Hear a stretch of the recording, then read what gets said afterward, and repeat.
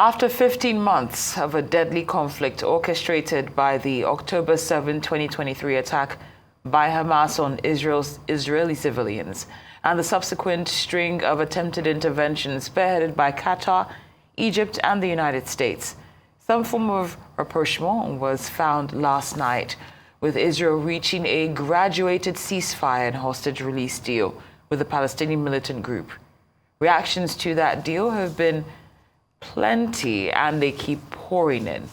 For what the deal in question represents, especially for political stability in the Middle East region, we're now being joined by Dr. Kester Onor, who's a research fellow at Nigeria Institute of International Affairs. Good afternoon, Doctor. Thank you for joining us. Good afternoon. Thank you for having me once again. Of course. Great to have you as always. Now, let's talk about the sustainability of this peace deal, given the deep-rooted ideological differences between Hamas and Israel. What's your take on that? Thank you very much. This is not like the previous deal that they had on November 2023 that lasted only 1 week.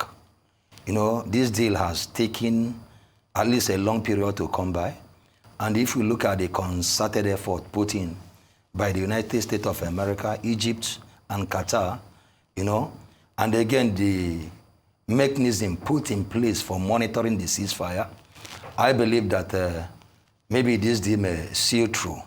One, is obvious that there are certain oppositions against the deal, as we've heard maybe from dissenting voices from the state of Israel, at least more especially from the Minister of Finance of Israel, who said that the deal, is not, does not favor Israel.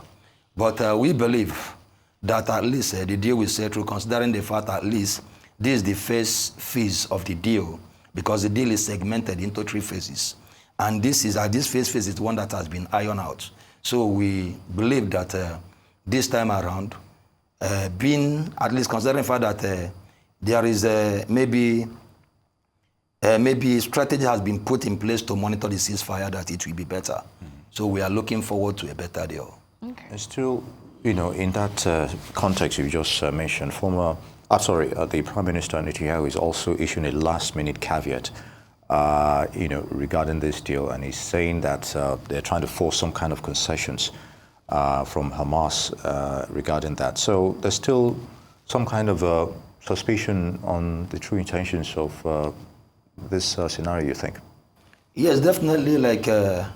The feelings coming from Israel is that they will enter the deal in good faith, considering the fact that this is the first phase.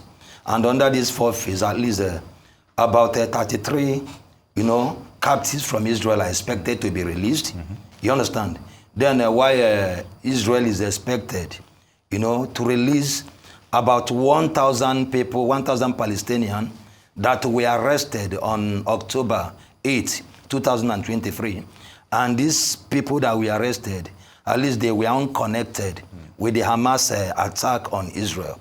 Then apart from that, there will equally be other prisoners swap. You understand? Yeah. So we believe, because if we say that the deal will not hold, definitely by Sunday, the deal will take place. The deal will start by Sunday.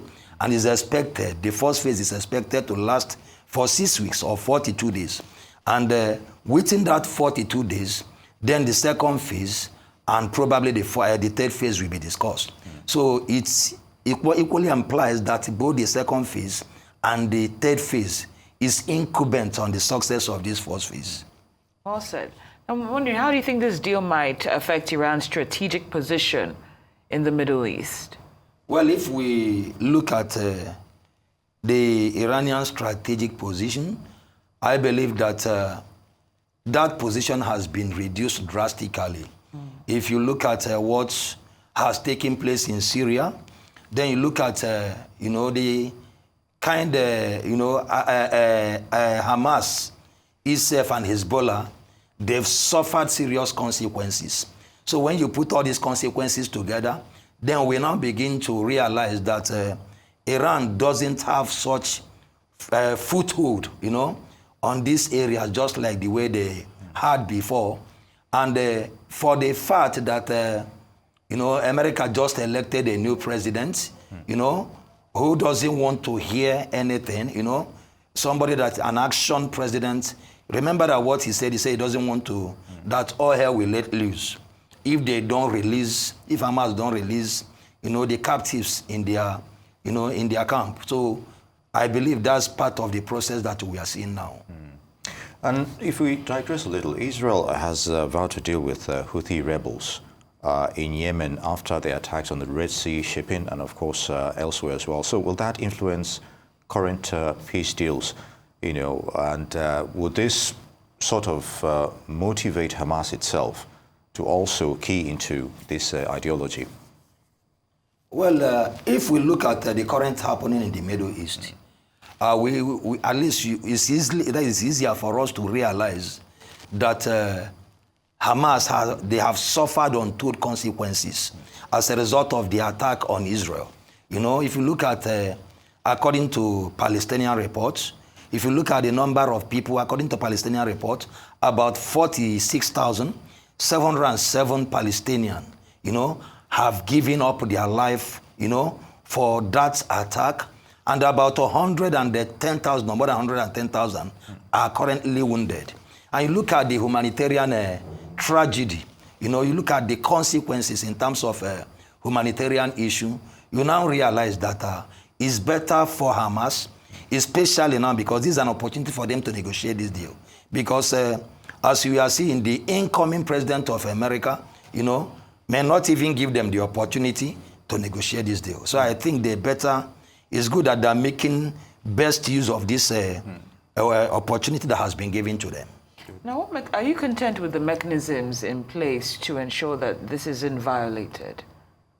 Well, if we look at the mechanism in place, considering the fact that America is involved, Egypt is involved equally, and the Qatar, and then we look at the fact that, yes, it's expected that Israel will pull their troops, from, concentrated areas in Gaza. But even pulling that troop, there are certain conditions, that they have to maintain the Philadelphia corridor.